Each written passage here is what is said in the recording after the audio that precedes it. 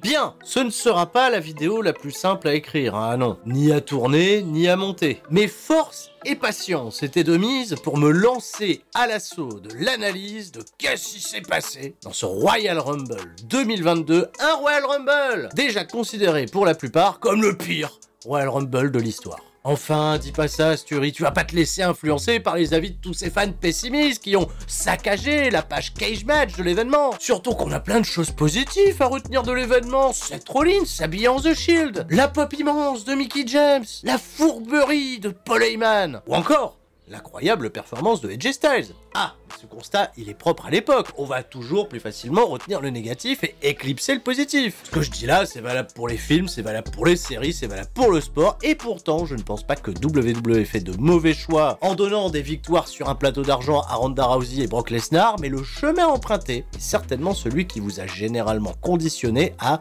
désapprouver le show. Et c'est sur quoi on va revenir avec bien évidemment les formats retour en images, aucun spoil de l'épisode de Raw qui est déjà diffusé et qui aura le droit, je vous rassure, à son recap cette semaine, la pincée de sel nécessaire et quelques extincteurs pour éviter de mettre le feu à la route de WrestleMania, mais il y aura du fun tout de même, du fun et des légendes. Royal Rumble dans la nuit du samedi 29 au dimanche 30 janvier 2022 depuis Saint-Louis, Missouri. Qu'est-ce qui s'est passé ? Bon alors le script là ça donne quoi? Mais ça fait 20 fois que vous m'écrivez la même chose. Eh oui, c'est toujours le même plan avec toujours les mêmes erreurs. C'est quand même pas compliqué. Roman Reigns contre Brock Lesnar. C'est tout droit, là y a plus de gardien et vous voulez faire des passes. Ils veulent faire des passes. À quoi c'est? Ah, c'est sur 2 nuits? Bah oui, c'est sur 2 nuits, bah c'est pas grave, la première nuit, Reigns contre Lesnar, pour construire la seconde nuit où on fera Reigns contre Lesnar. Voilà. Et pour le reste, j'en sais rien, moi, qu'est-ce qu'on peut foutre là? Les légendes. Sauf toujours tout, les légendes, évidemment. On peut pas compter sur les autres. Regarde, vous avez vu les audiences, là? Vous avez vu les audiences le lundi soir? Évidemment. Vous êtes là, à 40, à vous réclamer être les meilleurs scénaristes. Et regardez Monsieur Khan. Ah oui, Monsieur Khan, il est pas scénariste, il fait pas le même métier que vous, mais à la différence de vous, il me fait gagner de l'argent, il vire les superstars, puis il les rappelle. Et qu'est-ce que ça fait? Ça fait des légendes. Donc Royal Rumble, on met des légendes, on met la mid-card, là, sauf Baylor et Cesaro, eux, on les vire, et on les rappelle dans 2 ans. Voilà, paf, légende. Allez, on est parti, le kick-off. Il n'y a pas de kick-off. Non, il n'y a vraiment pas eu de kick-off, hein. On a attendu gentiment les 5 heures du super kick-off sur Twitch en rediffusion sur la corde à linge qui vient de fêter ses 10 000 abonnés, bravo à elle. Pour qu'au final, aucun match soit annoncé dans le kick-off, et bah non, même pas de Uso contre Vicky Raiders, rien. Alors, on va passer à la carte principale, où l'ordre des matchs allait s'avérer capital pour la dynamique du show et le suspense. Premier combat de la soirée et surprise totale, Roman Reigns défend le titre universel contre Seth freaking Rollins. Avec la longue entrée de Roman Reigns venant seul au ring, comme la stipulation le laissait sous-entendre. Les Usos bannis du ringside et un choix de faire rentrer le champion en 1 pour nous offrir ce qui restera à coup sûr le meilleur moment de la soirée. Voilà, Seth Rollins qui fait son entrée à travers le public en arborant la tenue du Shield. Les plans sur le visage de Roman Reigns, le doute encore plus présent. Et le sourire de Rollins et sa facilité incroyable dès le début du combat, le public en feu. Et une revanche folle pour le Seth Rollins babyface boudé d'il y a 3 ans qui s'est totalement réinventé et dont l'évolution au courant de ces dernières semaines en a conquis plus d'un. Moi le premier. Mais, oui c'est con, dans le catch il y a souvent un mais. Seth Rollins, on le sait, c'est un plan de secours au Royal Rumble, sur un combat qui avait initialement été promis à Drew McIntyre. La prise du titre de Lesnar côté Raw à Day One et l'absence ponctuelle de Roman Reigns vont nous ramener à une triste réalité, Seth Rollins ne deviendra pas champion universel au Royal Rumble. Après 15 minutes de combat intense et rythmé par les trademarks des lutteurs, un Roman Reigns qui rassure malgré son état physique impacté par son passage Covid, l'intensité du combat va grimper au rythme des near falls pour conduire à cette séquence totalement folle où Reigns découvre un Rollins sourire aux lèvres malgré la spire qu'il vient de se manger, l'invitant même à faire le salut bien nostalgique du Shield. Reigns va alors rentrer dans une rage et lui appliquer la guillotine qui va le pousser à l'épuisement, mais comme dans tout scénario indécis où tout le monde reste fort, l'arbitre Charles Robinson va laisser tomber le bras de Rollins sur la corde. Ah oui, c'était flagrant. Pour qu'au final, Roman Reigns, ne cassant pas sa prise au compte de 5 sur un Rollins clairement inconscient, plonge la fin du match dans le chaos et la disqualification adéquate sous la bronca terrible des spectateurs.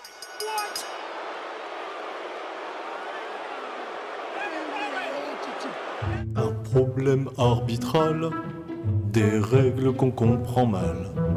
Mais qui faut-il appeler? C'est Michel, Michel Beaujolais. Ah Michel, bah vous tombez bien Michel. Mais encore une fois, c'est la stupeur à Saint-Louis, là, votre collègue, il a aidé Rollins, et la disqualification abusive, là, non mais vous nous prenez pour des trompettes. Michel Beaujolais, arbitre international WWE, responsable arbitrage de la VAR, et si je peux me permettre, ceci n'est pas une trompette. C'est comme vous le voyez, un saxophone mezzo-soprano dont je joue occasionnellement pour égayer les repas de cantine. Ouais, bon, ça va, merci pour la culture, hein. Bon, le finish du match, là, il y a jurisprudence. Pas de jurisprudence, il y a des règles à respecter. Et l'officier et ami Charles Robinson a bien fait son travail. S'il y a des sifflets qui se font entendre, ce n'est évidemment pas les arbitres à conspuer. Le catch est un sport encadré par des règles, et c'est notre devoir de les faire respecter. C'est pas comme vos autres ligues de pécor, où on me fait du spectacle grossier et du fan service. La WWE, le vrai catch, monsieur. Ah, y'a personne qui lui expliquait que c'était truqué. Truqué? Mais il dit c'est truqué. Il dit c'est truqué, comme si mon travail servait à rien. Ah, mais excusez-moi, votre majesté suprême, oh là là, du corps arbitral.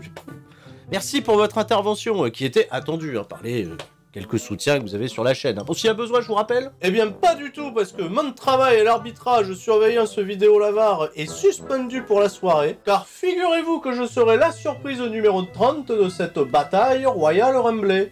Ah d'accord. Eh ben bonne chance, hein, bonne chance à vous Michel, hein, en espérant qu'aucun changement ne vienne perturber cette surprise, qui de ce fait n'en est plus une. Un mot important sur l'aftermatch et une stratégie payante pour WWE qui réussira à déplacer la hit de cette fin de combat un peu bancale sur un Roman Reigns pétant un câble et le mimétisme soigné de la séquence du Shield il y a 7 ans et demi, où Reigns et Rollins ont échangé leur place. Acte barbare de Reigns et huée massif pour un chapitre qui semble se refermer pourront, l'espère, se poursuivre la saison post-WrestleMania. Mais place au second combat de la soirée, le Royal Rumble féminin et ses secrets mal gardés dans un retour en images placé sous le signe de la légende. Bon alors, le Rumble féminin, là, tout le monde est en place? Si j'en ai quelque chose à foutre, tant que la surprise est présente, hein, la surprise! À quoi ça? Tout le monde est au courant! Bah, je sais, j'ai fait exprès! Ah oui, je vois même, il y a l'autre crétin là sur YouTube qui a simulé son Rumble, et bah oui, il a spoilé la fin! Bah ouais, il a spoilé la fin. À quoi ça? Hein? Elles sont là les légendes? Ah les légendes! Bonjour les légendes! Aksana, Kathleen, Gillian Hall, voilà, bah on les met pas, hein, voilà, comme ça, parce qu'ils savent, bah voilà, on les surprend, on en met d'autres! Quoi NXT? Bah non, pas NXT c'est plus comme avant, quand c'était les meufs Hunter, viande fraîche! Mais là, vu que c'est les miennes, c'est NXT 2.0, ça peut pas être de la viande fraîche, hein, vu qu'elles participent pas. Et comme ça, elles restent fortes, voilà, pas comme le projet Liv Morgan. Ah! Sasha Banks rentre en 1. Ce retour au dernier SmackDown lui conférait un statut de favorite immédiate pour un mano à mano attendu contre Charlotte Flair, mais face à la longue route du Rumble et un retour de blessure prématurée, ça laisse peu d'espoir pour une victoire épique, mais je ne dis pas non à un peu de star power pour ouvrir les hostilités. Et comment qu'elle est habillée là? Hein? Quoi c'est? C'est leur Moon! C'est leur Moon! Ah bon, c'est une sœur à Ember Moon, ça? Bah c'est une meuf à Hunter! Entrée numéro 2, Melina! Les légendes! Belle réaction du public pour l'une des rares divas à avoir eu la chance de catcher décemment il y a plus de 10 ans. Une feud assez marquante contre Beth Phoenix, restée dans quelques mémoires. Rapidement, l'émotion est visible et les attentes se ressentent. Un coup de pied esquivé, un coup de genou, la nostalgie aussi vite arrivée et déjà... éliminé! Ah c'est quoi ça? Un texto de Bill Goldberg? Il veut du respect sur les légendes! Deux grands écarts et 90 secondes bien respectés plus tard, entrée numéro 3, Tamina. Voilà! Fini les Face-Off Project avec Tamina, là, bah il faut s'attendre à l'inattendu. Et puis 44 ans, la légende Tamina, la légende, hein, c'est pas une légende. Aucune émotion de la part du public quant à cette réunion de la Team Bad. Pas facile pour Sasha Banks de briller avec du catch, les 90 secondes se transforment déjà en 2 minutes, entrée du numéro 4, Kelly Kelly. Les légendes! Troisième participation pour l'ancienne championne des divas, qui sera marquée une fois de plus cette année par un ciseau de tête, une rondade, un cochon pondu, le moveset est complet, merci Kelly Kelly, la suite c'est... éliminé! Entrée numéro 5, Alia. Loot Express sur Banks, on fait tourner les serviettes, mais l'amour que porte Tamina à Patrick Sébastien permet de l'en dissuader. Un peu de bagarre jusqu'à l'entrée numéro 6, Liv Morgan. À quoi lui? Ah oui, le projet Liv Morgan! Ah, regarde-les! On entre de bonne heure dans une confrontation inédite avec Sasha Banks qui pourrait donner de bons résultats sur le papier, mais Tamina, dans une logique parfaitement contestable, décide que personne ne doit être éliminé. Entrée numéro 7, Queen Zelina du clan Akatsuki, et des références à Naruto que je n'ai jamais regardé. Et Naruto, là, c'est un mec à Hunter? Un impact immédiat pour celle qui n'avait rien gagné à la WWE jusqu'à l'automne dernier, puisque sur un assist de Tamina, la Reine Zézé sort Sasha Banks à la surprise générale d'un public resté pantois. Éliminé! Paf! La cousine à Snoop Dogg, à la niche! Incroyable que la WWE laisse partir Sasha Banks sans la confronter une seule fois à Charlotte Flair ou même par nostalgie récente à l'entrée numéro 8, Bianca Belair. Vainqueur de la précédente édition et désormais nouvelle favorite qui réussit quelques tricks mais n'élimine personne à son arrivée. Entrée numéro 9, Dana Brooke accompagnée de Reginald mais sans le championnat 24/7, déjà que WWE nous bute avec la sortie prématurée de Sasha Banks, qu'en plus de ça il nous prive d'un peu de fun dans un match qui en a pour le moment cruellement besoin. Bah non, c'est malin, elle rentre pas avec sa ceinture comme ça, impossible de la lui prendre. Ah, Tamina qui empêche Dana Brooke de sortir pour poursuivre un programme qui sans la ceinture verte n'a pas besoin d'exister. Entrée numéro 10, Michelle McCool. Les légendes, hein, et puis la femme de l'Undertaker, alors on respecte. Oui, car sans surprise, Michelle McCool, comme en 2018, fera globalement une performance aux attentes. Un stage clash sur Zelina, et on sort Dana Brooke d'abord rattrapée par Reginald dans souvenir du spot Carmella sommelier de l'an passé, pour finalement être absent 20 secondes plus tard, Dana Brooke éliminée. Entrée numéro 11, Sonya Deville, dans un combat où Naomi est pour le moment absente. La bonne excuse pour perdre du temps à la table des commentateurs, dans le ring on s'ennuie toujours avec une Tamina qui fait ses lacets. Entrée numéro 12, Tati Nati, qui ne peut pas perdre ce combat sur un roll-up malgré une belle tentative de Liv Morgan, et d'ailleurs déjà sauvée de l'élimination par Tamina à qui décidément on n'a pas expliqué les règles. Mais pas du tout, Tamina et Natalya, c'est du storytelling à long terme, une équipe de légende. La preuve en est puisque Natalya ignora totalement l'attaque d'Alia pour sortir Tamina, merci et bonne soirée. Éliminée. Entrée numéro 13, Cameron. Les légendes. Souvent moqué à l'époque de son run pour ses botches dont celui du pitfall inversé et le reveal de son combat préféré de tous les temps entre Melina et Alicia Fox, Ariane Andrew n'a pas lâché l'affaire et en quelques secondes dans le ring, elle nous livre un Rana très propre, suivi d'un bulldog réussi, mais Sonya Deville, alertée par Corey Graves à la table des commentateurs de l'amitié entre Cameron et Naomi, va conduire la machiavélique General Manager à rentrer sur le ring pour sortir immédiatement cette pauvre Cameron qui n'aura pas l'occasion de fêter ses retrouvailles avec l'entrée numéro 14. Éliminée. Parce que oui, bien sûr, l'entrée 14 c'est Naomi, et que le programme qui nous passionne depuis l'été dernier est bien loin d'être terminé. En quelques secondes à peine, Sonya Deville éliminée. Bon, c'est mignon vos histoires, voilà, mais y a pas d'autres légendes à ramener. Entrée numéro 15, Carmella. La légende. Non, pour le coup, c'est pas une légende, mais ça fait plaisir à Zelina. Carmella qui voit sa pote en galère face à Naomi va pas pour autant se presser. Un coucou à Corey Graves puis la pose du masque réglementaire, c'est plus de temps qu'il n'en faut pour préparer l'entrée numéro 16, Rhea Ripley. La finaliste de l'an passé qui a vu son momentum s'écrouler depuis la relégation dans l'horrible division par équipe féminine est pas là pour tricoter, ça traîne de force Carmella dans le ring et les championnes par équipe sont immédiatement éliminées. Petit signe d'espoir à l'horizon. Entrée numéro 17, Charlotte Flair. La fille de la légende. Superbe tenue et cible dans le dos énorme pour la championne de SmackDown, indiscutablement la top heel de ce Rumble qui signe immédiatement son arrivée des éliminations de Alia et de Naomi. Éliminée. Avec pour celle-ci l'assist de Sonya Deville pour poursuivre le programme jusqu'au moins l'été 2034. Éliminée. Entrée numéro 18.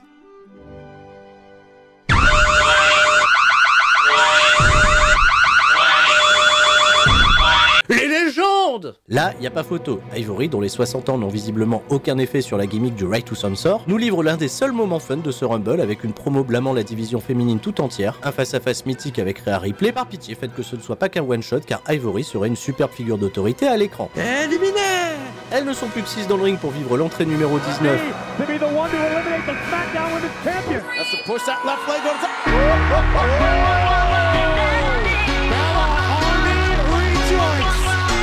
Les légendes. Les Yes Chen, c'était particulièrement inévitable et c'est à peu près tout ce qui a signalé lors de cette entrée. Dommage que le petit barbu, là, il a arrêté sa carrière, là, c'était marrant, ça. Hein, c'était une légende, lui aussi, non? Ah, il travaille chez les... C'est pas une légende. Entrée numéro 20. Hardcore Country. Legends are entering the Royal Rumble tonight. Les légendes et les portes interdites.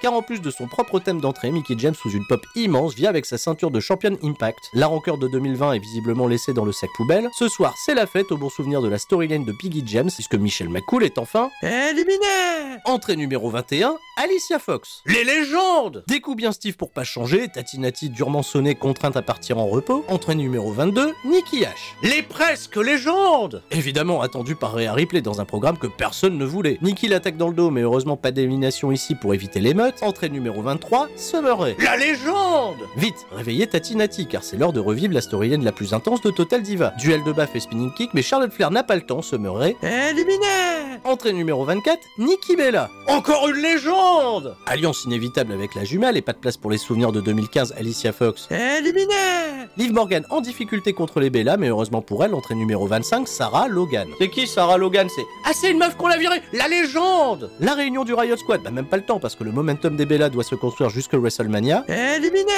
Mais rassurez-vous, la belle histoire pourra s'écrire quand Liv Morgan retrouvera Sarah Logan dans les vestiaires, ça fait déjà 3 éliminations pour les Bella. Éliminé. Le projet Liv Morgan. Entrée numéro 26, Lita. Toujours plus de légende. Déjà quelques hésitations dans le face-à-face avec Mickie James qui cependant se conclura d'une belle élimination sur un DDT. Éliminé.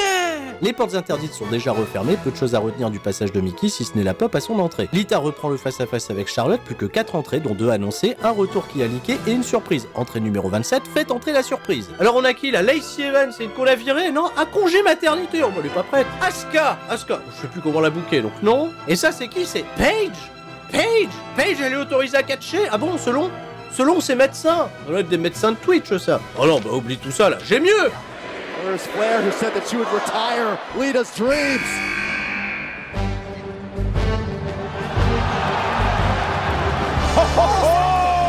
La légende des super-héroïnes. Ça a appelé Disney+, là on a une nouvelle série à leur proposer. Et s'il y a bien une personne que je ne voulais pas voir, c'était bien Molly Holly. Immédiatement attaquée par Nikki H, dont la gimmick est vraiment un naufrage de plus en plus évident. Si c'est ça le fun en 2022, eh ben c'est pas mon fun. Éliminé. En revanche, petit MDR sur Nikki H qui attend visiblement que Rhea Ripley l'élimine, mais gardons ça pour plus tard, le Rumble n'attendra pas l'entrée 30 puisque celle qui était attendue comme la reine de la soirée, numéro 28...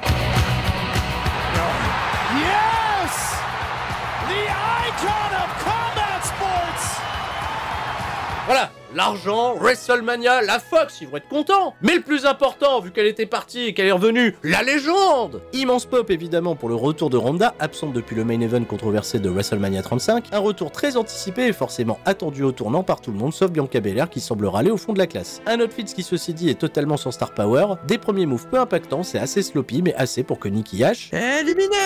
Les Bella se télescopent et Brie Bella sort Nikki Bella, visiblement de son plein gré, pour venger ce qui s'était passé en 2018. Éliminé. Entrée numéro 29, Shotzi. La légende. Ah bah non, cheveux verts, là, une meuf à Hunter, là, bah elle était là, elle. Ah non, et même en 30, y a plus de légende. Bah pourquoi y a plus de légende? Bah y avait pas Beth Phoenix et Maryse, là, c'est des légendes. Et Santina, on peut rappeler Santina. Hop, c'est bon, la main était assez lourde sur les légendes et aucune réaction pour Shotzi qui vient faire un acte de présence. Vendre ceci dit un croc-aux-jambes plutôt stylé de la part de Lita pendant que Brie Bella se fait sortir par Ronda. Éliminé.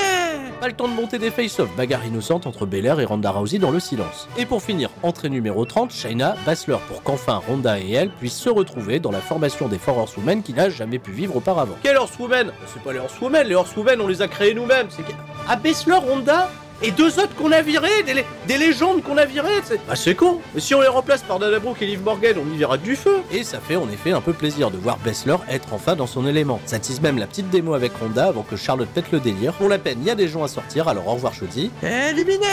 Et au revoir Tati Nati. Éliminé. Qui mauvaise joueuse se fera sortir une seconde fois. Éliminé.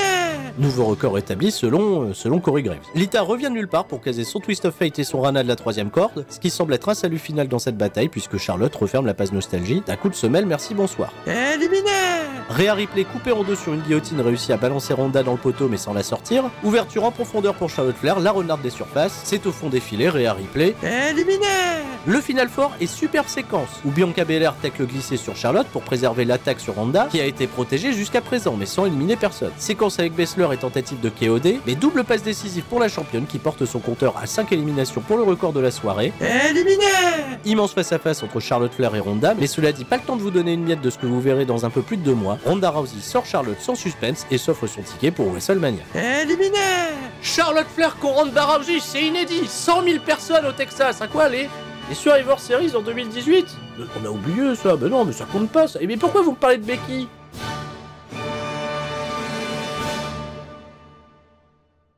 Bah oui, c'est logique. C'est le secret de Polichinelle que WWE avait elle-même pris soin de faire fuiter sur les réseaux. Ok, elle gagne. Bien. Mais maintenant, les fans veulent la voir contre Becky Lynch pour au moins laver le goût d'inachevé de WrestleMania 35. Car oui, selon les médias spécialisés, bah c'est absolument pas le plan immédiat de WWE. Qui pourra vraisemblablement compter de manière régulière sur Ronda Rousey jusqu'au WrestleMania de 2023 et seulement attendre le tout dernier moment pour la faire confronter à Becky Lynch qui va supposer que WWE va faire en sorte que Becky et Ronda s'ignorent. Et qui va y croire? Ronda, elle est même déjà annoncée au Raw du 31 janvier et vous allez me dire qu'elle va parler de Becky Lynch.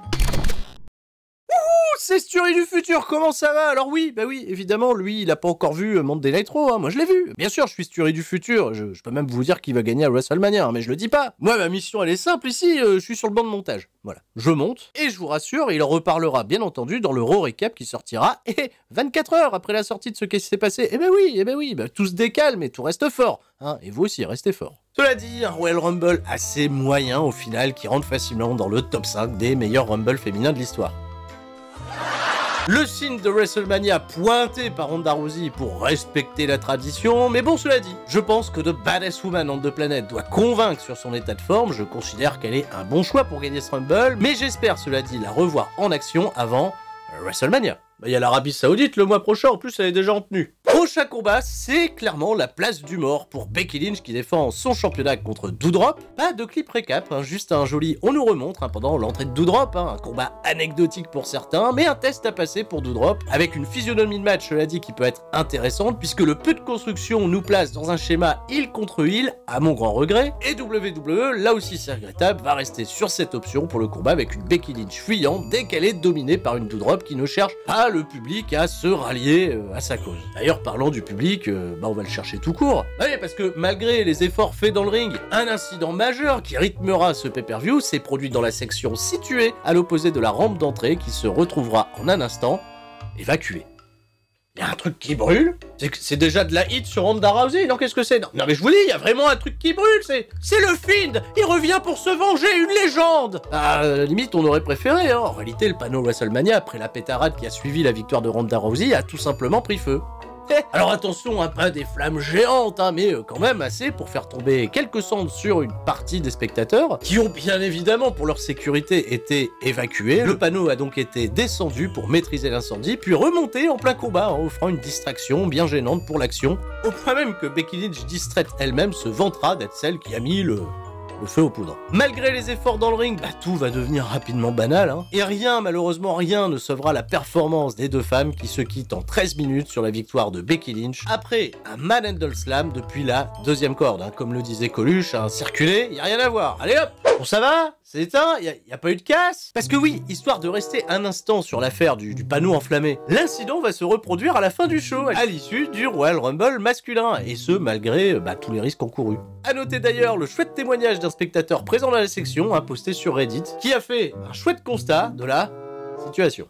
Alors que le Rumble masculin commençait, le personnel de sécurité est revenu autour et nous a demandé à nouveau de quitter nos places, en prévision d'un nouvel incendie à l'issue du final de l'événement. Cela résume parfaitement notre expérience, qui était plus important d'obtenir un plan pour la télévision que de protéger les spectateurs payants. Voilà, on peut dire que certains ont eu chaud, Tiens d'ailleurs Michel, ça va? Vous êtes resté en sécurité? Vous allez bien? Eh bien, je peux vous garantir que l'intervention supervisée par mes soins a été un véritable succès. Ah d'accord. Des vies ont été épargnées grâce à mes talents de soldat du feu, car j'ai un diplôme obtenu en 1997 dans un stage de pompièterie. Ah bah heureusement qu'on vous a, Michel. Mais vous avez pris que le panneau, il pouvait péter à nouveau, là. Mais vous allez pas pouvoir être dans le Royal Rumble. Malheureusement, à mon grand regret. Pour garantir la sécurité de cette soirée, j'ai dû refuser à mon poste d'entrée numéro 30 dans le Royal Rumble. Et j'en profite pour mettre en vente cette paire de bottes, taille 43, que je n'ai pas pu porter pour l'occasion. Prêt à débattre amicalement, Michel Beaujolais. Ça laisse donc un spot vacant pour l'entrée numéro 30. Ah là là, le suspense est à son comble. 44 390 personnes annoncées dans le public ici à Saint-Louis, Missouri, en comptant, bien évidemment, les personnes qui n'ont pas brûlé. Et on est parti pour le combat de championnat WWE, où Brock Lesnar défend le titre contre Bobby Lashley dans un rendez-vous 100% inédit, avec un clip de présentation hallucinant et putain de bien produit qui va durer plus de 5 minutes. On était presque en droit de se demander si le clip allait durer plus longtemps que le match. Un Bobby Lashley toujours présenté comme un babyface qui claque dans les mains d'absolument tout le monde, une présentation toujours aussi iconique de Paul Heyman dont il faudra se rappeler, comme peut-être la dernière, mais pas le temps de spoiler la fin, on est parti pour ce choc de titans où Brock Lesnar portera la première German Suplex sur un Bobby Lashley qui lui répondra de la même manière, no selling de part et d'autre, ce qui pose les bases d'une rencontre déjà électrisante. Bon, ceci dit, pas de surhype, parce que le sens unique il va se dessiner très rapidement. Après 2 spears de Bobby Lashley, Lesnar va rouler à l'extérieur et esquiver le désormais trop récurrent tout droit dans la barricade. Lesnar rempile avec quelques German suplex que Bobby Lashley prendra toutes de manière assez inquiétante sur l'épaule, mais Bobby Chou va cela dit échapper au F5 et appliquer sa Hurt Lock pour nous plonger déjà dans la fin de combat, puisque Lesnar s'en dégagera en bousculant l'arbitre et amené au ref bump tout aussi pété que celui de Crown Jewel en octobre. La porte est donc grande ouverte à l'overbooking, et Roman Reigns qui porte sa spear d'absolument nulle part sur Lesnar, trop crédule pour le voir venir. Voilà, mais c'était sûr en fait! C'était sûr! S'ensuit alors un échange de regards entre Roman Reigns et Paul Heyman pour que finalement Judas, oui, totalement Judas, révèle son double jeu et permette à Roman Reigns d'achever Lesnar d'un coup de ceinture et d'offrir le championnat à Bobby Lashley sur un plateau d'argent. Vainqueur et nouveau champion WWE Bobby Lashley est déjà un champion par défaut, selon le souvent sérieux média WrestleVotes qui témoigne d'un booking à l'arrache sans le moindre plan prévu à date pour le championnat d'ici WrestleMania. Voilà, et j'ajouterai qu'à titre perso, je n'attendais pas l'angle de trahison de Paul Heyman ici. Et surtout comme ça. Peut-être qu'il était déjà prévu en amont à Day One pour builder en avance le combat de WrestleMania. Mais sans déconner, à quel moment Roman Reigns était-il dérangé de voir Lesnar champion dans la branche rivale, au point de venir dans le combat et de lui coûter la victoire gratuitement? Et puis surtout quand même, à quel moment Paul Heyman il avait prévu qu'il allait y avoir un ref bump? Parce que c'est quand même ça l'élément qui va déclencher l'angle de trahison. Des questions qui ne trouveront que des réponses insatisfaisantes dans les semaine de weekly à venir. Ou pas du tout, parce que Lesnar contre Roman Reigns, c'est écrit, c'est dans le script, c'est décidé depuis cet été. Et en effet, à ce moment précis, on se doute que le scénario d'un Lesnar dans le Royal Rumble viendrait, perturber la prophétie des simulations de Royal Rumble sur WWE 2K20, un moment que les fans appréhendaient déjà et dont seul le scénario final pouvait se montrer déterminant. À quoi le spot numéro 30 est libre? Ah bon? Bah on va mettre Mansour. Il y a un show en Arabie Saoudite le mois prochain. Mais le Rumble masculin, c'est pas maintenant, Et non, on fait durer le plaisir, et on coupera pas le combat de couple entre Miz, Maryse contre Edge et Beth Phoenix. Je suis sûr que vous l'aviez oublié. Je peux le dire? Oui, allez-y. Les légendes! Bon, c'est finalement mieux que ce à quoi je m'attendais. 12 minutes 30, des courses-poursuites façon Benny Hill avec Maryse qui fuit Beth Phoenix. Miz qui prend bien évidemment le dessus sur Edge en grugeant, en grugeant. Des plans Kevin Dunn qui s'assument, un face-off Miss Beth Phoenix emprunté à The Rock Hogan de WrestleMania 18. Et oui, ils ont osé. Et par-dessus tout, un parfait diving Hurricane Rana de Maryse sur Edge qui passe sans que la tête ne touche. Comme quoi, il y a toujours possibilité d'être surpris. Et puis dans un sprint final plutôt fun, où le Miz va découvrir qu'en 2022, son finish, il est toujours aussi inefficace. Double spear et glam slam en stéréo, voit le grid couple vaincre le hit couple, mais c'était fun et léger, et ça nous donnait une bonne raison de patienter. Non, pas du tout. Non, en fait, on en a marre. On veut voir le Rumble masculin, là. Enfin, qu'on vive ensemble l'excitation du début de la route de WrestleMania.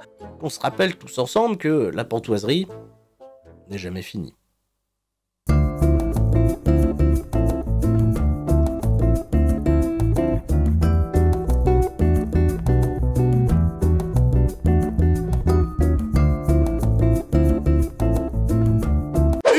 Pour l'Arabie Saoudite plus tard, et on est parti pour la conclusion salée dans ce retour en images où tout le monde reste fort. Ah oui, sauf vous, Michel. Ah oui, on est désolé encore. Et vous, là, pourquoi vous tirez la tronche? Je pas mettre tous les légendes que je voulais, là, ils avaient déjà annoncé 25 noms. Faites gagner une star en devenir, enfin, Austin Theory, Riddle. Non, mais il paraît que vous faites réécrire les scénarios, là, le jour même, et puis vous écrivez tout sans arrêt. Ou même Edge Styles, voilà, Edge Styles, pour conclure sur son palmarès incroyable à la WWE, il mériterait pas. Et puis on a fait les sondages sur la chaîne CCL Catch, là, les fans, ils attendent ça. Les fans, le fric.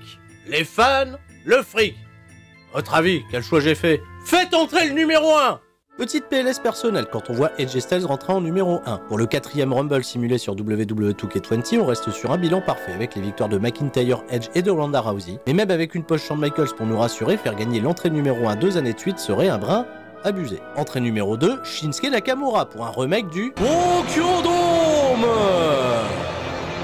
et un Nakamura qu'on n'avait plus l'impression d'avoir vu catcher depuis un siècle malgré son run de champion intercontinental toujours en cours. Voilà, même si j'ai choisi le fric, eh ben je laisse un pourboire aux fans, ça s'appelle le savoir-vivre. Les 90 secondes sont respectées, c'est une entrée numéro 3 pour Austin Theory. Le nouveau Chosen One n'a pas eu les bonnes grâces de Vince McMahon sur ce tirage au sort. Roulade dropkick et back suplex dans un début de Rumble au fort potentiel workrate. Le projet Theory, vous inquiétez pas, pour WrestleMania, gros projet. Entrée numéro 4, Robert Roode, un face-off avec AJ Styles sous les chants tiennés du public, qu'on peut considérer comme la seconde intrusion des portes interdites. Quelques secondes plus tard, Roode est ramené à la réalité après un coup d'avant-bras d'AJ Styles. Éliminé! D'ailleurs, parlons-en tout de suite, malgré les rumeurs du potentiel c'est qui la Mickie James du Rumble masculin, annonçant la couleur, eh ben y en a pas eu. Entrée numéro 5. Attends, c'est le Ripoman ça? La légende! Et non, c'est Ridge Holland, fils de François. Le masque est trompeur, mais le physique beaucoup moins. Premier des 5 noms qui n'étaient pas annoncés pour ce Rumble qui pourra évoluer avec des noms expérimentés, quoique pas trop puisque Gamen Gary d'AJ Styles qui remet déjà Nakamura en convalescence. Éliminé! Entrée numéro 6, Montez Ford. Dans la série des catcheur tags annoncés, c'est certainement celui dont on attend le plus. Pour son côté tête brûlée et argent qui dort, salto dropkick et statu quo. Entrée numéro 7, Damian Priest, champion des États-Unis, attendu pour une bonne perf, mais rien de fifou pour le moment. Entrée numéro 8, Sami Zayn. Ah, c'est le comique, j'aime bien lui. Zayn qui présage évidemment l'arrivée de notre guest de Jackass. Patiente gentiment sous les chants olé olé qui nous rappelle qu'il a été l'un des meilleurs catcheurs de la planète il y a 10 ans. Mais les temps ont changé petit frère. Demain tout ira mieux, tu verras. Et sans surprise aucune, entrée numéro 9, Johnny Knoxville. À quoi c'est? C'est une légende de la télé là, Knoxville là? Ah bon? J'en sais rien, moi j'ai juste vu le chèque pour la promo du film et après je me suis dit bon bah allez hein. La légende! Et Johnny Knoxville qui rentre accompagné d'une partie du cast de Jackass, dans une tenue payant hommage à Andy Kaufman, double leg takedown sur Sami Zayn au plus grand plaisir de la foule, et un Knoxville assurément là pour faire le show, Misawa elbow sur AJ Styles, qui derrière lui répond de son enchaînement traditionnel, Frog Splash from Heaven de Montez Ford, et Sami Zayn termine déjà l'histoire de sa belle botte. Éliminé! Nique les 90 secondes, on a eu le droit à un passage très fun sans prétention, mais vu que Sami Zayn ne sert plus à rien, continuons d'alimenter le compteur des J-Style. Éliminé! Ah, bah c'est fun! Je sais pas qui c'était, mais bon, ça payait bien. Entrée numéro 10, Angelo Dawkins. Les Street Profits vont pouvoir bosser ensemble pour éliminer, personne. D'ailleurs, j'entends par bosser ensemble, c'est pousser 5 secondes Damien Priest avant de s'ignorer totalement. Entrée numéro 11, Omos. Le projet Omos, bon, il est pas prêt. Mais un jour, vous pouvez être sûr, il rentrera dans la légende. Bel acte de présence pour Angelo Dawkins qui visiblement était là pour faire de la figuration. Éliminé! Suivi par Montez Ford sous quelques huées, bien évidemment compréhensible. Éliminé! Petit ménage heureusement sans conséquence pour AJ Styles, entrée du numéro 12, Ricochet. Non!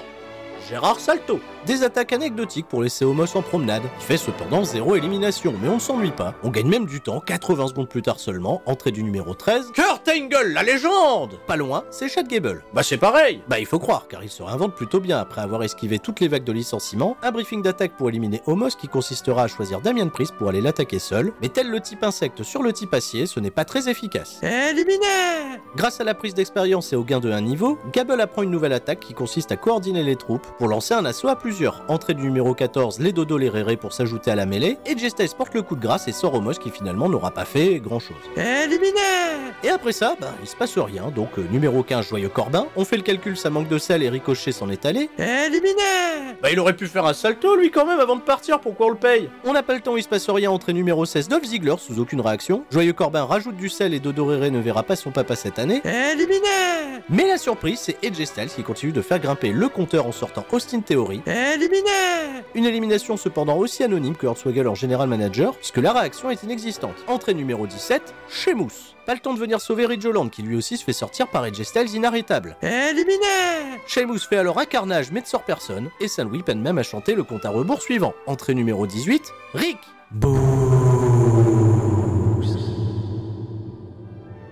Rick Rude, la légende, hein, c'est...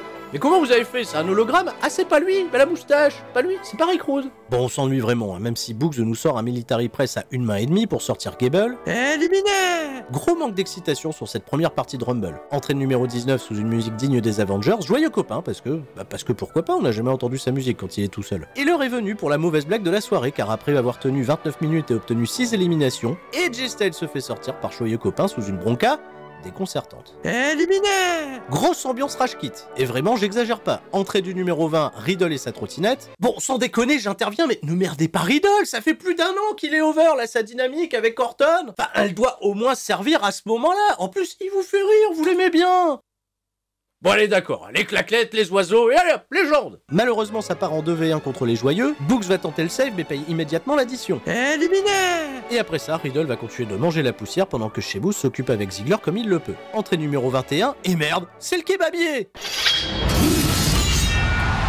The happy folks smile just got turned upside down. Les salauds, on l'attendait pas, blessé à la nuque au début du mois, une absence estimée pour l'écarter du Rumble, et privé d'un combat de championnat contre Reigns, il peut clairement changer la donne. Pas de la hit pour les joyeux qui passent au hachoir, salade, tomate, oignon. Éliminé.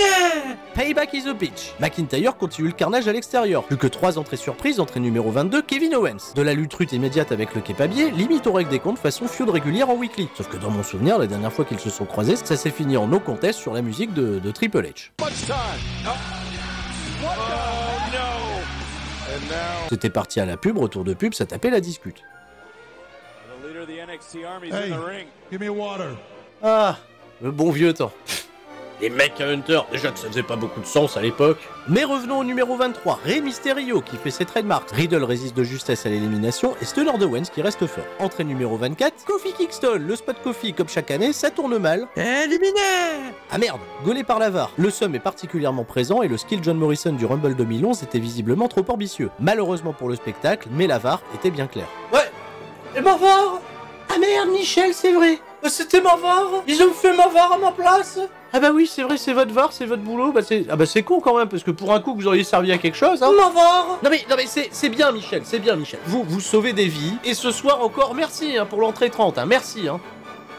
Merci. Mais plus le temps de pleurer pour le Chevalier Café, entrée numéro 25.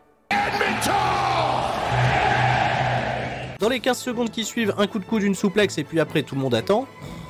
Ah quoi, ah bah non, je dormais pas là, c'est le public qui dort. Non, je réfléchissais, hein. On va peut-être réécrire la fin, non? Entrée numéro 26, Biggie. S'il y a toujours projet, c'est le moment de le savoir. Une souplex sur Idol, un gros splash sur Owens, mais déjà le bro kick de Sheamus, aucune élimination. Décidément, ce Royal Rumble n'est pas généreux avec les bonnes personnes. Entrée numéro 27, Bad Bunny.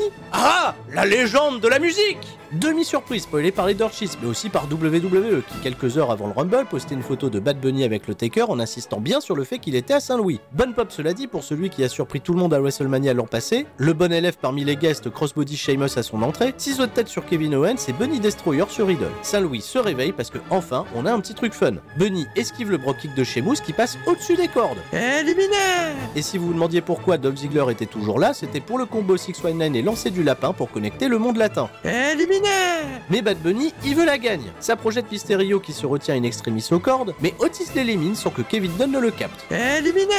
Comprenez Kevin Dunn, il faut pas louper l'entrée numéro 18 qui est la surprise de la soirée. La légende de l'ASMR. Shane McMahon, oh c'est pas vrai. Et visiblement, Saint-Louis ne captait pas USA Network l'an passé dans la route de WrestleMania de Shane O'Mac contre Braun Strowman, car la réaction pour le fils du patron pèse autant que celle de Biggie, Mysterio et Kevin Owens réunis. Et parlant de Kevin Owens en qui certains avaient de l'espoir, on ne manque pas à l'appel ni la clause de contrat qu'il venait de re-signer. Éliminé. Pendant ce temps, Bad Bunny reste sagement dans son coin, et Shane McMahon tue McIntyre avec le skill droite à point fermé. Entrée numéro 29, le spot feignasse, Randy Orton. Ovation pour le régional de l'étape, mais cela dit pas payé à l'heure, RKO sur Biggie et ça dégage. Éliminé.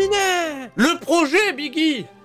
La division par équipe. Riddle se sert d'Otis comme tremplin pour RKOT McIntyre, mais c'est Otis qui finit par dégager. Éliminé. RK Bro est si over qu'à part eux-mêmes, pas grand chose ne peut les arrêter. Et sérieusement, depuis le temps qu'on attend le split, voilà une affiche pour WrestleMania pour laquelle on peut crier décemment « Ça mériterait le main event !» Et Lesnar revient en 30. Non. Et si. No, no! The Beast incarnate! Ah, mais c'était sûr en fait! C'était sûr! Attends, mais surtout, si on fait le bilan des comptes, si on fait le bilan des forces en présence, Riddle dans le ring, babyface. Randy Orton, il est chez lui, ultra babyface. Drew McIntyre qui dort au loin, mais quand même, vous l'avez construit comme un gros babyface. Bad Bunny qui attend son moment, mais bien sûr babyface. Et puis même Shane McMahon, je suis désolé, au vu de son accueil, du logo que vous lui avez fait floquer dans le dos, qui rappelle le logo de l'équipe de baseball de la ville, eh ben j'ai l'impression que lui aussi, il est babyface, alors question con.